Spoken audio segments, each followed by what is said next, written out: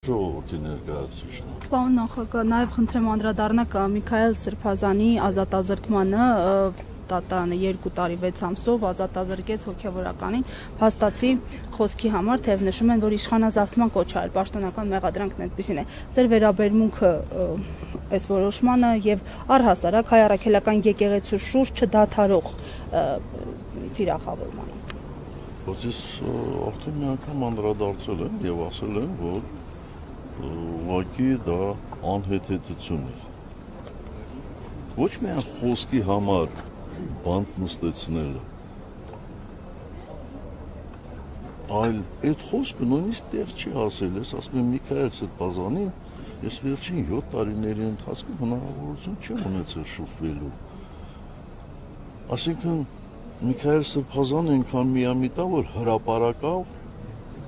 ինձ կոչ է անում, որպեսզի ես մի գեներալ գտնեմ, որպեսզի ռազմական հեղաշրջում լինի։ Արտախոսքը ասել է, այդ ասելու համար, որ նստեցնելը լավ է, մեր իշխանության ժամանակ ինքը 140 անգամ կարող էր նստել։ Ինքը Փաշինյանը։ Բա ինքը ով։ Պարոն նախագահ, հնարավոր է համարում եք Լևոն Տեր-Պետրոսյանի հետ դաշինքով ընտրությունների մասնակցելը։ Այդպիսի գաղափար ընդհանրապես չի եղել։ Չի եղել։ Բա եթե չեմ սխալվում, Լևոն Զորաբյանը հայտարարեց, չէ, որ ասեց իրենք չեն պատրաստվում այդպիսի բանը։ Բայց որտեղից եք այդ վերցրել այդ գաղափարը, որտեղից եք վերցրել, ես չեմ հասկանում։ Թե ուրիշ հարցեր չունեք, ուղղակի ինչ-որ այսպես մտածում եք ինչ-որ բան։ Միանգամից 4 գործ ձեր վերաբերյալ դատարան ուղարկեց, ինչու է պայմանավորված։ Միանգամից ինչ։ 4 գործ ձեր վերաբերյալ ուղարկեց դատարանը։ Մի գործ։ Հերթով տեսնեք, այդ գործերը ինչպիսին են։ Հասկանում եք ինչ է կատարվում։ Այն իշխանությունը, այն կառավարիչները, ովքեր 3 անգամ մեծացրել են եռաբլուրը, ինձ մեղադրում են, փորձում են մեղադրել, իբր եռաբլուրի հողերը վաճառելու մեջ։ Այնինչ այդ հողերը ունեն կոնկրետ հասցե, շատ կոնկրետ հասցե։ Իսակովի պողոտա։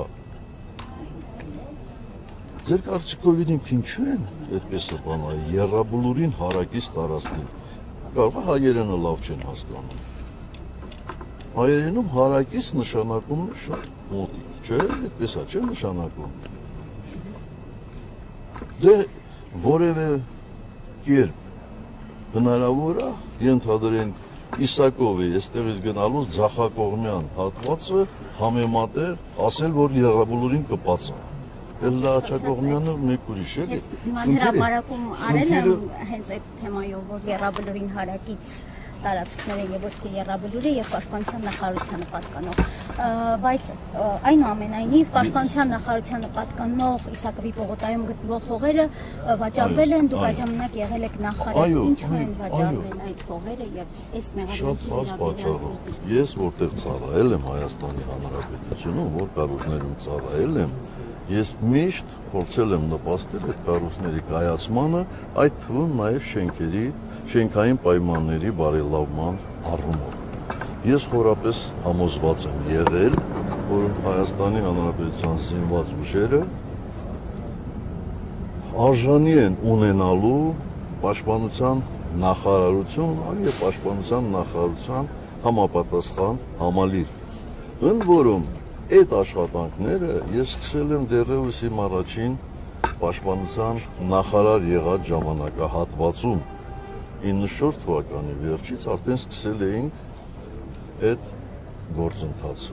եւ համարում եմ, որ դա ճիշտ մոտեցում է, շատ ճիշտ։ Ու մենակ պաշտպանության նախարարությունը չի, անվտանգության խորհուրդ ունեցավ իր շենքային պայմանները,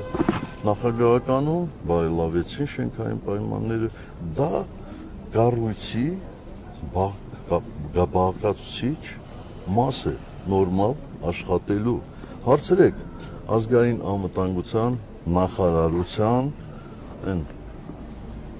95 թվականից աշխատող աշխատակիցների արդյոք բարելավել են իրեն շենքային պայմանները, արդյոք մթնոլորտը այնտեղ փոխվել է։ Արել ենք, այո, արել ենք։ Եվ հիմա վերցնել այսօրվա գներով համարել 20 տարի առաջվա վաճառքի գները, դե ինչ ասեմ, ինքներդ էլի եզրակացություն արեք։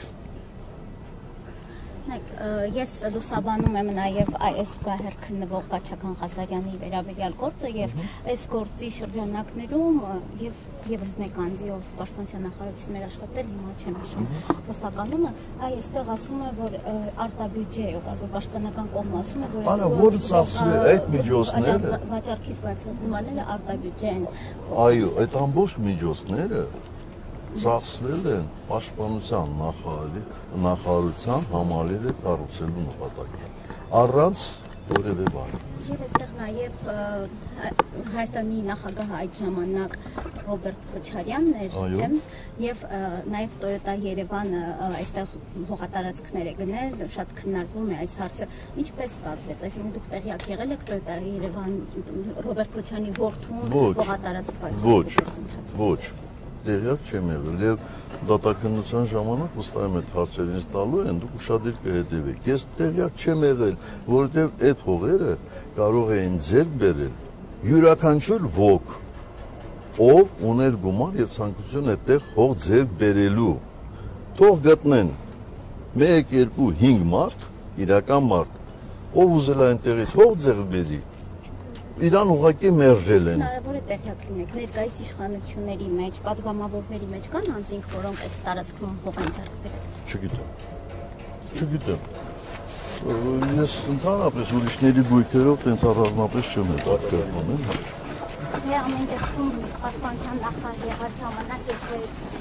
պաշտպանության նախարարությանը պատկանող հողեր վաճառվել են, կարելի է հետաքրքրել։ Ես ասել եմ քննության ժամանակ, հիմա էլ կրկնում եմ, ես հայտարարել եմ պաշտպանության նախարարությունում,